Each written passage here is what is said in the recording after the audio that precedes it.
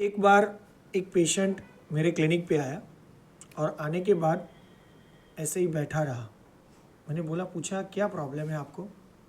तो जो मेरे तरफ जो घूर रहा था वो 2 सेकंड ऐसे ही घूर रहा बिना बोले, और फिर मुझे बताया कि आपको पता लगा मैंने क्या आपको बताया?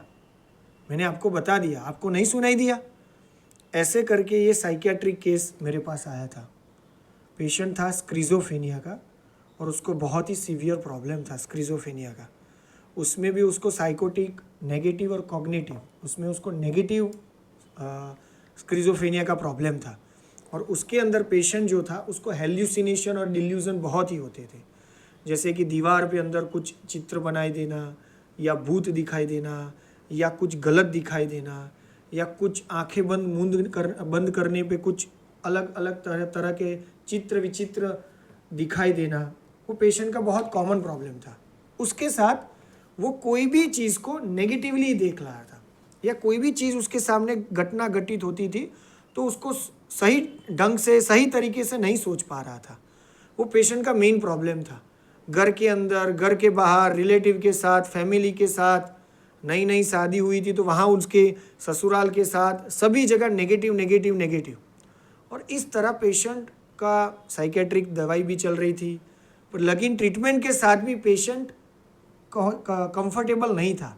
वो दवाई के साथ भी उसको एपिसोड आता रहता था, और फिर फैमिली मेम्बर्स और सभी लोग परेशान थे। और मेरे पास ऐसे ही आया और पता चला कि ये 1-2 सीटिंग के बाद पूरा जब केस स्टडी हुआ, और वो पेशेंट का जो प्रॉब्लम था, डिल्यूजन, हेल्यूसिनेशन, इल्यूजन, उसको पूरा स्टडी किया। और उसके बाद उसको दवाई दी जो थी हायोसाइमस। और वो हायोसाइमस जो दवाई थी वो इतनी ब्यूटीफुली उसमें वर्क करी। 1M दिया था, कभी 4 से 6 बार रिपीट किया था मैंने, और धीरे धीरे धीरे करके लगभग 8 से 12 महीने लगे मुझे।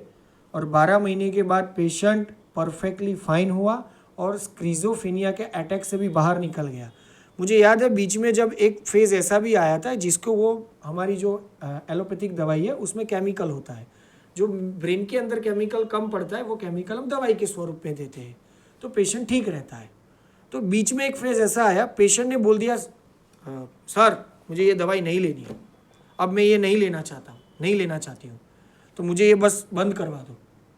तो वो एक फेज़ था कि हमारी दवाई की वजह से वो केमिकल अब इतना सफिशिएंटली बनने लगे थे कि बाहर की दवाई की उसको ज़रूरत नहीं थी। और मैं भी उसमें फिर उसके बाद पे कॉन्फिडेंट था और मैंने भी दवाई बंद करवा दी। और वो थोड़ा एक रिस्की डिसीजन था मेरे लिए, लेकिन ठीक हुआ। और हायोसाइमस 1M से पेशेंट ब्यूटीफुली, मेरा फर्स्ट ये साइकेट्रिक केस था, बहुत ही अच्छी तरह रिकवर हुआ। लंबा चला लेकिन बहुत अच्छी तरीके से हुआ। और आज भी वो पेशेंट नॉर्मल है विदाउट मेडिकेशन, जो साइकियाट्रिक डॉक्टर के लिए भी सरप्राइज है।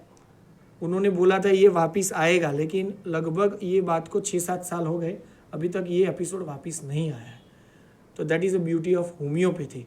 तो ऐसे अच्छे नए वीडियो हम बनाते रहेंगे, तो प्लीज़ इस चैनल को सब्सक्राइब कीजिए, इस वीडियो को लाइक कीजिए और ज़्यादा लोगों को शेयर कीजिए, जिसकी वजह से होम्योपैथी की नॉलेज का ज्ञान बढ़े। Thank you.